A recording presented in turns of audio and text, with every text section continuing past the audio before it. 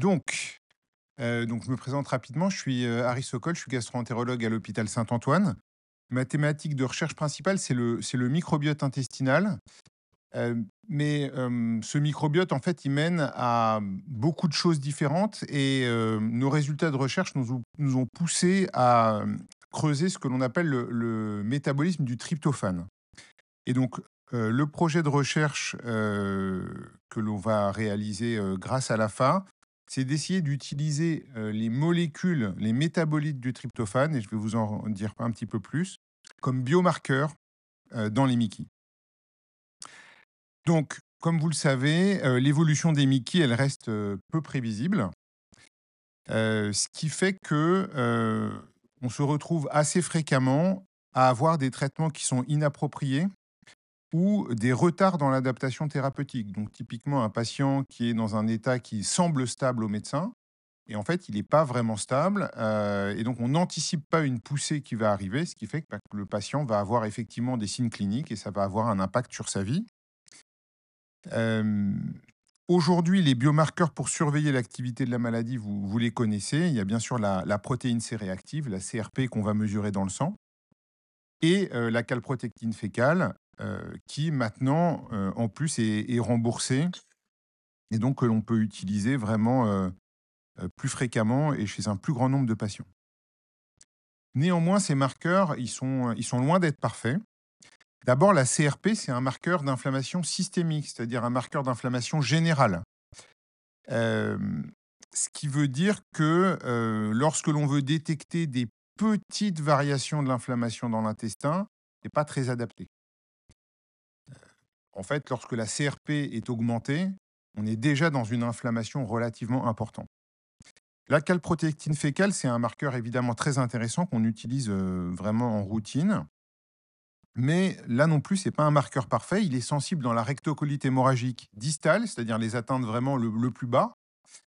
Mais en revanche, lorsque, on a une inflammation uniquement du côlon droit ou, encore pire, uniquement de l'intestin grêle, et donc ça, on le voit notamment dans la maladie de Crohn, eh bien, les résultats sont pas aussi bons, chez les patients.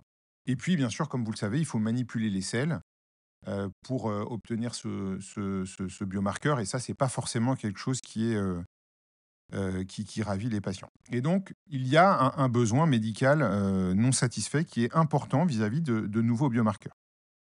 Le tryptophane, qu'est-ce que c'est? Le tryptophane, c'est un acide aminé. Donc, les acides aminés, ce sont les briques élémentaires qui servent à fabriquer les protéines. Donc, comme ça sert à fabriquer les protéines, on les trouve dans les protéines. Donc, dans l'alimentation, vous trouvez du tryptophane. Et c'est un acide aminé qui est, important parce qu'il est dit essentiel, c'est-à-dire qu'on ne peut le trouver que dans l'alimentation. Notre corps n'est pas capable de le fabriquer à partir d'autres acides aminés, par exemple. Donc on va le trouver dans les sources de protéines. Je vous ai donné quelques exemples ici, les œufs, certains poissons, les volailles. Et donc évidemment, il est utilisé pour la synthèse des protéines. Donc, il va réentrer dans la fabrique d'un certain nombre de protéines de notre corps. Mais il a un autre rôle, c'est un rôle de précurseur pour une très grande famille de molécules actives. Donc le tryptophane que vous avez ici, il va pouvoir être transformé en plusieurs familles de molécules.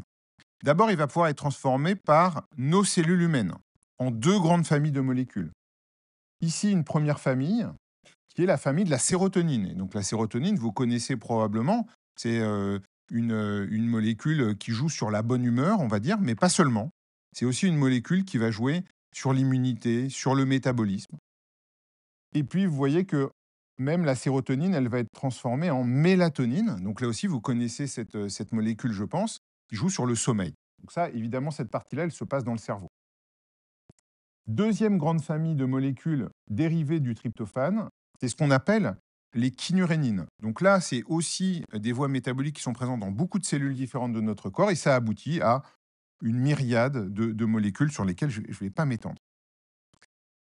Ce tryptophane qu'on ingère donc dans l'alimentation, il va être aussi métabolisé par certaines bactéries de notre intestin.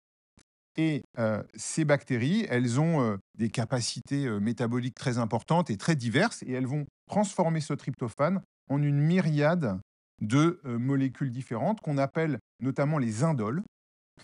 Et ces indoles, ce ne sont pas des molécules inertes, ce sont des molécules qui ont des effets aussi sur notre corps. Et ces indoles, eh bien, ils vont être capables d'activer un récepteur qui s'appelle AHR, qui est présent sur des cellules de notre intestin, les cellules immunitaires, mais aussi le foie, le cerveau et vraiment dans un très grand nombre de cellules. Au niveau de l'intestin, l'activation par ces molécules, donc issues du tryptophane, transformées par les bactéries en indole, l'activation dans l'intestin va jouer un rôle important dans l'homéostasie intestinale et renforcer notamment la barrière intestinale. Dans les Mickey, et ça c'est un travail qu'on a fait, qu'on a publié il y a un peu moins de 10 ans maintenant, on a observé que la capacité du microbiote à produire ces molécules, ces indoles, elle était altérée. Il y avait moins de production de ces indoles et que ça conduisait, évidemment là on est passé à des modèles animaux chez la souris, à une augmentation de la susceptibilité à l'inflammation. Et ce qu'on avait montré à l'époque chez la souris d'ailleurs, c'est que en fait c'est potentiellement une cible thérapeutique puisque si on ajoute des agonistes, donc des indoles qui vont être capables d'activer ce récepteur, ou alors si on donne aux souris des bactéries qui fabriquent naturellement ces molécules, eh bien on est capable de restaurer l'homéostasie et d'avoir des effets thérapeutiques.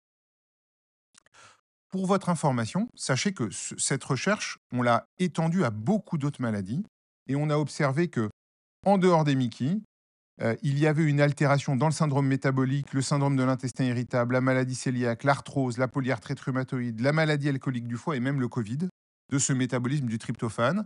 Et dans un grand nombre de ces pathologies, lorsque l'on agit d'un point de vue thérapeutique sur ce métabolisme, on a des effets. Revenons au Mickey.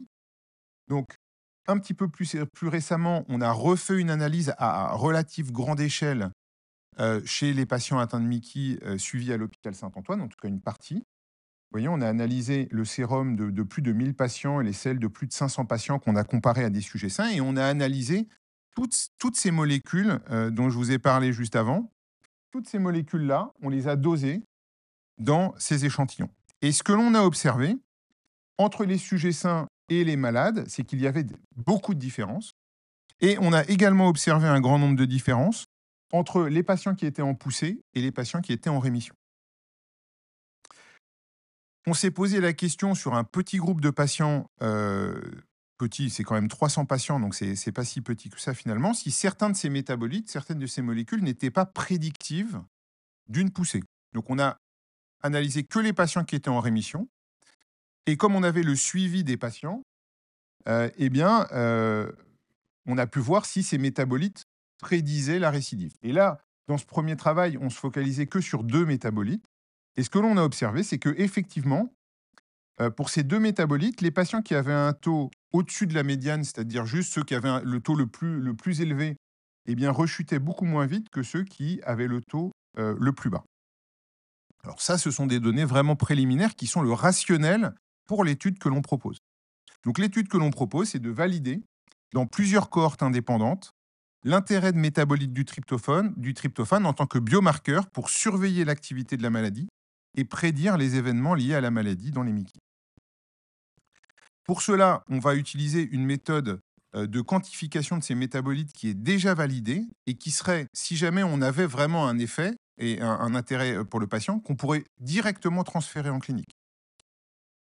Chaque métabolite, on va les analyser bien sûr individuellement. On va voir s'il n'y a pas chaque métabolite est pas finalement suffisant pour prédire l'événement. Mais honnêtement, on ne pense pas que ça va être le cas. On pense que on a beaucoup plus de chances d'avoir un résultat intéressant si on analyse tous les métabolites ensemble, ou en tout cas plusieurs métabolites ensemble, et que on définit un algorithme, probablement grâce à de l'intelligence artificielle, qui va être le mieux à même de prédire les événements cliniques chez les patients atteints de Mickey avec ces molécules. Et pour cela, on collabore avec le Sorbonne Center for Artificial Intelligence, avec qui on travaille d'ailleurs depuis longtemps.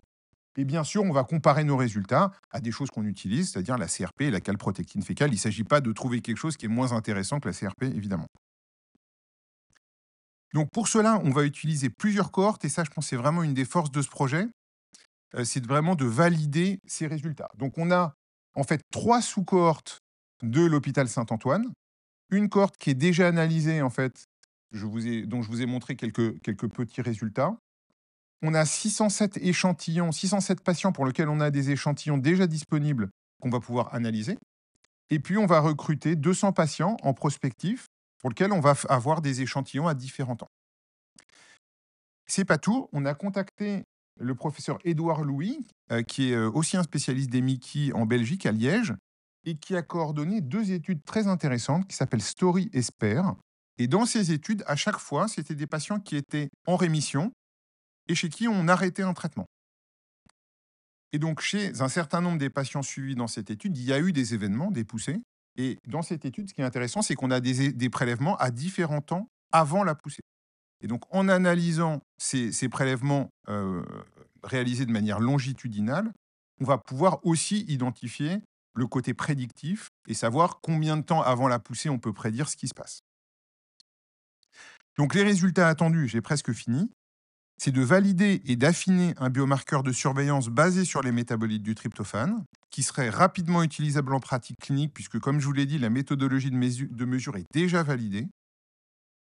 Et bien sûr, à terme, l'idée, c'est de permettre un meilleur monitorage des patients avec Mickey, d'anticiper les changements de traitement pour éviter les poussées et donc, bien sûr, tous les contraintes associées à ces poussées chez les patients. Voilà, je voulais vous remercier. Donc, les partenaires principaux de ce projet, ils sont ici. Et bien sûr, le partenaire principal, c'est vous. Donc, merci beaucoup. Merci Harry.